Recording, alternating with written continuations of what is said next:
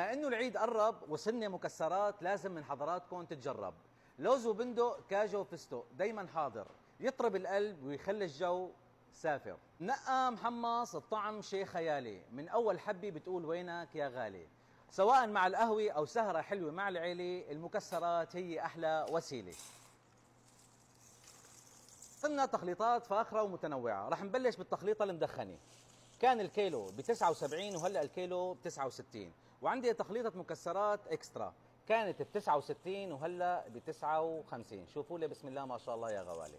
والتخليط ال 49 شوفوا لي ما اجملها يا حبايب، بينضاف عليها بذر القرع. وفي عندي تخليط ال 39 بينضاف عليها الفول السوداني وبذر القرع والقضامي. زورونا وكونوا كتار وخلوا الباقي علينا. الجودي والزو كل شيء لدينا، ومثل ما عودناكم خيرات حلب مكسراتها من ذهب. فرعنا الوحيد المدينة المنورة، شارع الأمير عبد المجيد مقابل شاورما عايض.